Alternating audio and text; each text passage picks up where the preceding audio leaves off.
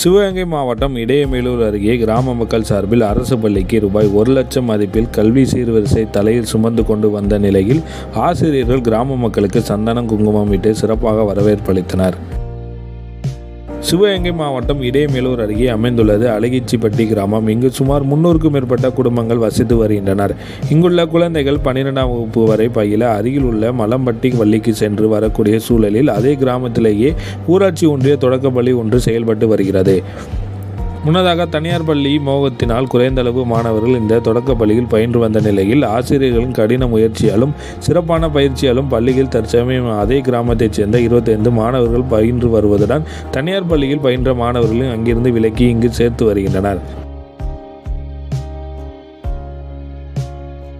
இந்த நிலையில் மாணவர்களின் அடிப்படை தேவைகளை பூர்த்தி செய்யும் விதமாக பள்ளிக்கு கிராம மக்கள் பொருட்கள் வாங்க வேண்டும் என அனைத்து மக்களும் ஒரு குறிப்பிட்ட தொகையை தனது பங்காக செலுத்தி ரூபாய் 1 லட்சம் வரை பணம் தயார் செய்து பள்ளிக்கு தேவையான mic set, speaker, induction stove, விளையாட்டு உபகரணங்கள், கம்ப்யூட்டர், பிரிண்டர்கள் உள்ளிட்ட பொருட்களை வாங்கி மந்தையில் வைத்து கிராம மக்கள் ஒன்று கூடி தங்களது தலையில் சீர்வரிசையாக சுமந்து முக்கிய வீதிகளில் ஊர்வலமாக பள்ளிக்கு வந்து ஆசிரியர்களிடம் வழங்கினார்.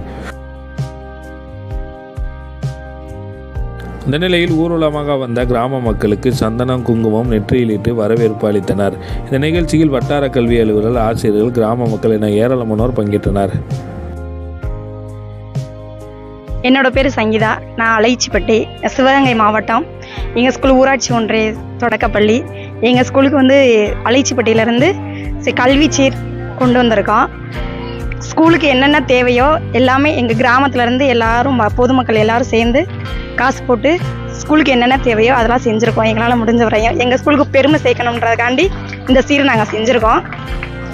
அது மேலும் எங்கள் ஸ்கூல் வந்து வளர்ச்சி அடையணும், எல்லாருக்கும் தெரியணும் அப்படின்றதுக்காண்டி இதை செஞ்சுருக்கோம்.